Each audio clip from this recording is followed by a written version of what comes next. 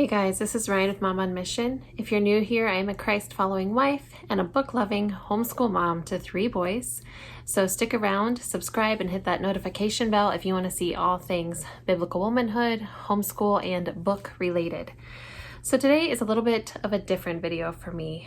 Today I wanted to talk a little bit about motherhood and mental health. I know this is a total buzzword right now, and I typically hate talking about buzzword things because I'm the kind of person where if something's trendy, I don't want to do it just because. I don't know if that's rebellion or what, but whatever it is. And so I've actually been like going back and forth on sharing this ever since I started my channel. I think 2 years ago, something like that. I don't know. But I just really feel like it's time. I don't know. And so I'm going to share a little bit of my own story, which is kind of a weird thing to do for me, but I'm going to do it anyway. And I am going to share just kind of some, I don't know if you'd even call them tips. They're not super practical, like tangible things you can do right now.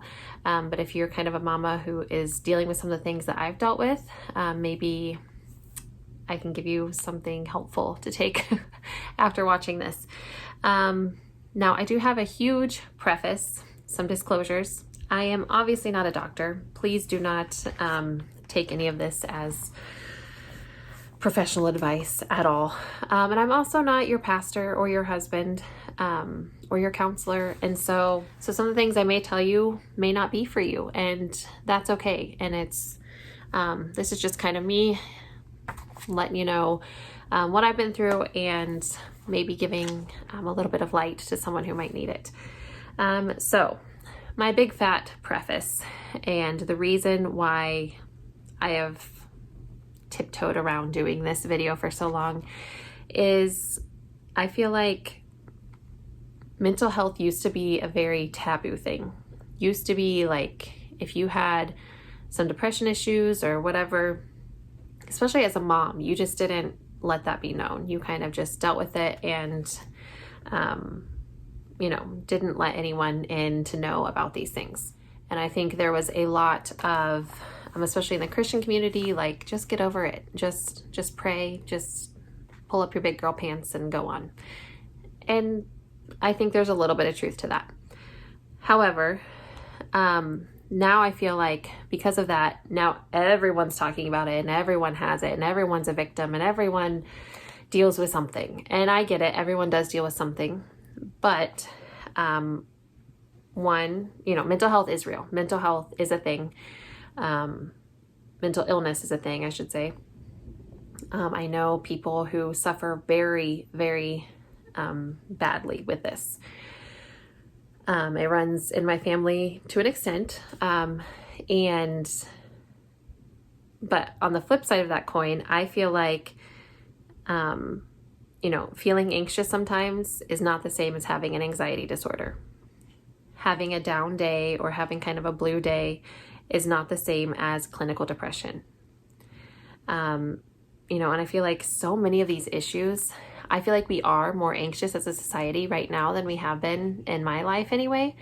But I don't feel like that's because there's a sudden spike in clinical depression. I feel like it's because we've been, as parents, raising kids who, you don't have to get a job until you move out. Even during college, you don't need to work. Worry about that later.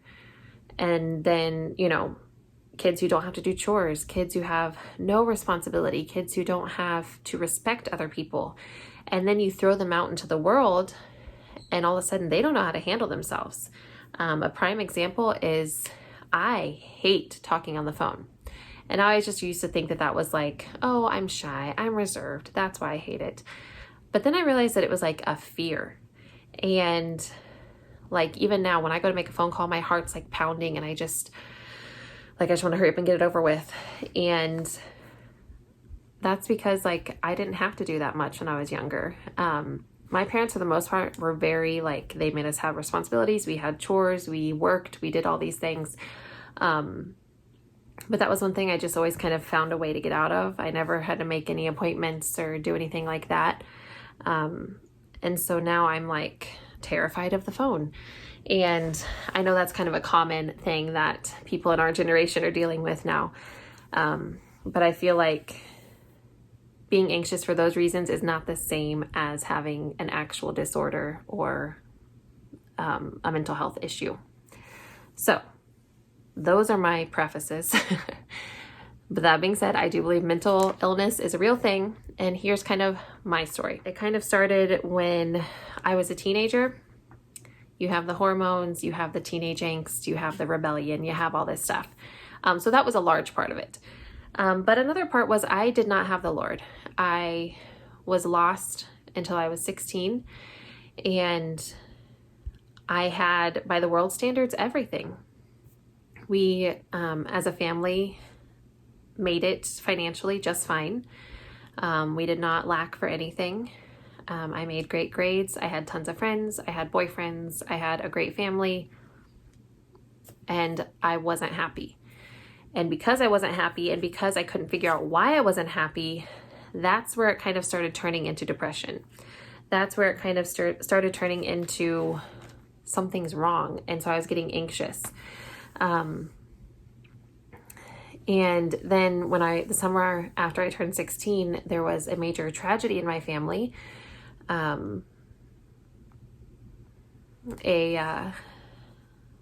little cousin that I was babysitting passed away when I was watching him. And I think it was just a perfect storm, you know. Tragedy meets the hormones, the teenage angst, and the just feeling like there was something wrong with me. I should have been happy. I should have been fine. And I wasn't. And I didn't realize until later that summer after the tragedy and everything else. We also lost 4 other people in my family that same summer. But when I was saved later that summer, I realized that's what I was missing. I had everything the world had to offer for someone of my age, and it wasn't enough. And I figured out why real quick. And so once I surrendered my life to the Lord, I had joy. I had joy that I had never experienced in all the things that I had, attained in my life as a little 16-year-old. This was a joy that didn't compare to those. And so things progress. We were fine. Then around the age of 20, I had some more kind of significant events in my life. Nothing majorly tragic, but just some pretty devastating social things going on. I'm not going to get into detail. It's kind of a private thing that involves other people, but and that is when I had my first full-blown panic attack. And I don't mean I was just kind of anxious and nervous and was kind of crying because of it. I mean, I thought I was dying. I was trying to call anyone and everyone to come help me because I literally thought I was dying. I couldn't feel my hands. I had shooting pains in my chest and in my back. My face was tingling. I couldn't breathe. It was like I thought I was having a heart attack or a stroke or something. And I ended up getting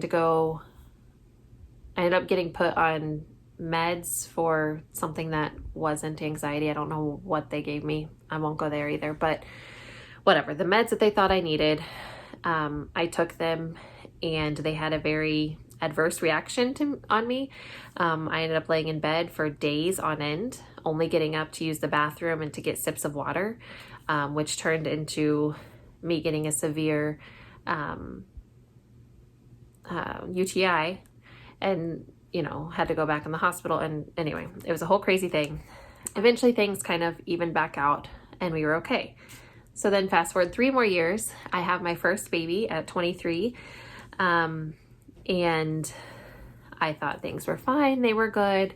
And then postpartum depression hit. Now I had heard of the baby blues and I had heard of, kind of that funny story of the mom sitting there, holding her baby, crying over, deciding what to have for breakfast or something, but this wasn't that. This was sitting bolt upright in the middle of the night, bawling hysterically. Again, that dying feeling. And I had this constant feeling that, of dread. I was just the world was ending, I was dying, my baby was dying, just these constant thoughts over and over and over on a loop in my head, and I couldn't make them stop. And I knew logically that what I was thinking was not making sense. I knew that all the crying and all the everything made no sense, but I couldn't make it stop. I didn't know what to do to make it stop. And I had very little support in the way of like a church family. I'm a huge advocate now of church community, of, doing life together with other believers. And I don't just mean on Sundays and Wednesdays, I mean all the time. And I didn't really have that then. And so I had one friend who came and helped me some, and I love her for it. Actually, you've met her, Misty, if you've been on my channel for a long time. She was here in the beginning. But other than that, I didn't really have much support other than my husband. And it was a very dark, weird time. And then you add on like the not sleeping and everything because of having a nursing newborn, and you know where I'm going with that. So I did get on medication then, and it seemed to help immensely. I ended up, losing a lot of weight because initially I lost a lot of weight because I wasn't eating. That was another thing. I was so anxious that I had zero appetite. Like I would try to drink water and I would gag. I would try to eat and I couldn't swallow it. And I also had postpartum preeclampsia, which makes no sense. But anyway, it was just a huge mess after I had my first baby. So I ended up starting to lose a bunch of weight just from not eating. But then I ended up keeping it off because after I got on my meds, I started eating really healthy. I started exercising a lot and got in really good shape, probably the best shape I've been in. And then fast forward 11 months, I was feeling good physically, I was feeling good mentally, emotionally, all that. But then around the time my baby turned 11 months, I just kind of had a breakdown. And my husband got sick with hand, foot, and mouth, caught from my baby. Adults aren't supposed to get that. We were living with my in-laws at the time. There was just a lot of like little stressors. And I think it just kind of like, I don't know, blew up all at once. I don't know what it was. And I think at this time, I have kind of a hard time remembering back that far. My oldest is 9 now. But I believe I had kind of started weaning myself off the medication, which was probably part of the problem too. And I just ended up like in full meltdown mode. So my doctor prescribed me something for kind of like an as needed medication. And again, I had a very bad reaction to it. This time it wasn't sleeping all the time. This time I felt suicidal. I won't go into the dark thoughts that I had, but I had some very, very dark, scary thoughts. And so when I reached back out to my doctor and told her of those, she recommended that I be admitted to the hospital. So I spent a few days in the psych ward, which was very, very hard for me, leaving my 11-month-old baby. But I did it and hated it. But I was talking to the psychiatrist there, and he was just kind of talking about my past and everything. And then he stopped me and he said, "So your cousin was 11 months old when he passed away, and your son's 11 months old, right?" And I said, "Yeah." And he goes, "Did you ever think that maybe that has to do with your anxiety?" And it was like a light bulb. It was just like in the back of my mind, I was so afraid of losing my son that it was, even though I wasn't like actively thinking that all the time, it was just a constant thought in the back of my head. And I just couldn't function for fear. I didn't want anyone else to watch him. I didn't want anyone else to mess with him. I wanted to be very diligent about what he ate and what he did. And I think it all was stemming from a like subconscious fear that I was going to lose him. And so after that, they got me back on my medicine, which I probably never should have gotten off of in the first place. And then after each baby, I have had to deal with postpartum depression. I have 3 boys. My second one, it hit, but it did not stay like it did with the other 2. And I think that is because I had my old youth pastor's wife. We had reconnected, and she came and sat with me for days and cooked us meals and helped me clean and prayed with me and read scripture to me and talked with me. And that was the biggest blessing of my life. I mean, it was a game changer to have that much support at a time when I desperately needed it. And then after my third, it hit hard, but because I was really ready for it. I knew it was coming. It did hit hard, and it was a scary time, and I had the postpartum preeclampsia with him too. So there was kind of a dark few weeks, but then we kind of quickly came out of it. And so here we are now. My baby is 2.5, and I am still on meds, a very low dose. I don't like that, but it helps, and I think that medicine, can be a gift from God, and we're using it. So, and I've also learned a lot of coping skills that I didn't have before. I can feel when panic attacks are coming. I can feel, when I wake up certain days, I'm like, oh, this is going to be kind of a dark day if I don't do something about it. And so I have been officially diagnosed with an anxiety disorder with some depression. But the anxiety and the panic is really kind of what hits me more. All of this is a hard story to tell, and it was even harder to live through. But I look back and I'm so thankful. I'm thankful that God used that to bring me closer to Him.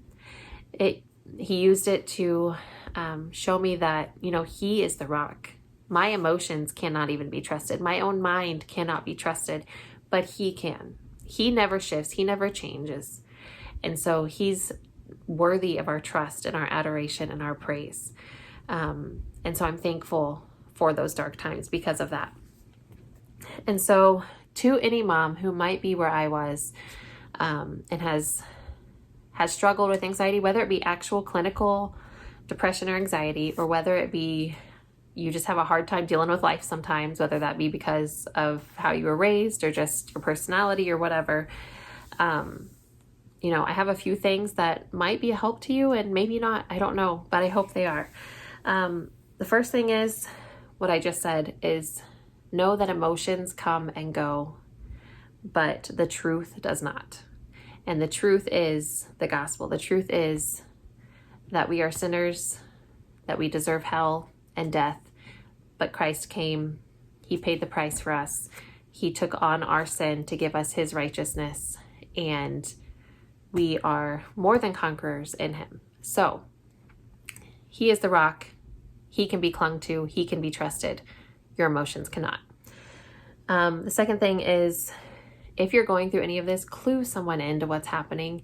And I know that is easier said than done. I know when you're hysterical and calling your mom and sobbing, and she can't even understand you, and she thinks that you're dying and you think you're dying, but you're really not. It's hard and it's awkward, and you don't like being a burden to other people. But reach out, let someone else know what's happening, and just so that you know that you have someone there who knows what's going on. And even if they're not the person who can help you, maybe they can help you find someone who can help you. Number 3, find the root and deal with it. And it may be like me that your anxiety never just dies. Your depression never just goes away. It might be something you have to battle your whole life. But like I said, I see that as a gift in a way. But find the root. Find out, is this a clinical thing? Would medication help me? Is it bad enough that I need some medication? Or, do I just need some better coping skills? Do I just need to, figure out how to deal with these times when I just feel like I can't function, but I'm not really, clinically anything. I'm just an anxious person. And then number 4, remember that this does not disqualify you. This does not disqualify you from being a child of God. This does not disqualify you from being a good mom. This does not disqualify you from homeschooling. We've all got something. And just because this is your something doesn't mean that you're not capable of doing anything and everything that God calls you to do, because He'll do it through you. And the last thing, and this is the biggest help for me, is do the right thing in the moment. So sometimes you just see the big picture and you just think, I don't know what to do. You're thinking far ahead, but you have to think, what is the right thing to do right now? Is the right thing to do to pick up my baby and go rock my baby? Is the right thing to do to get up out of bed when I don't want to, when I just want to put my head under the covers and block out the day? Is the right thing to get outside and take a walk? Is the right thing to just press on and get the school day done? Is the right thing to go outside and play with my kids? I mean, whatever it is, and a lot of times it's sitting down and praying because I'm a mess and I don't know what to do. But just do the right thing for that moment, and then the next moment, and then the next. And just remember that God's grace is big, and it's enough for you. The cross is enough for you. So thank you for listening to this long, rambly video. I will try to edit it down so it's not so long. But I just hope that this blesses someone. If you would like to talk to me, feel free to email me or leave a comment down below. You can find me over on Instagram too. But thank you so much for watching, and please subscribe, and I will talk to you next time.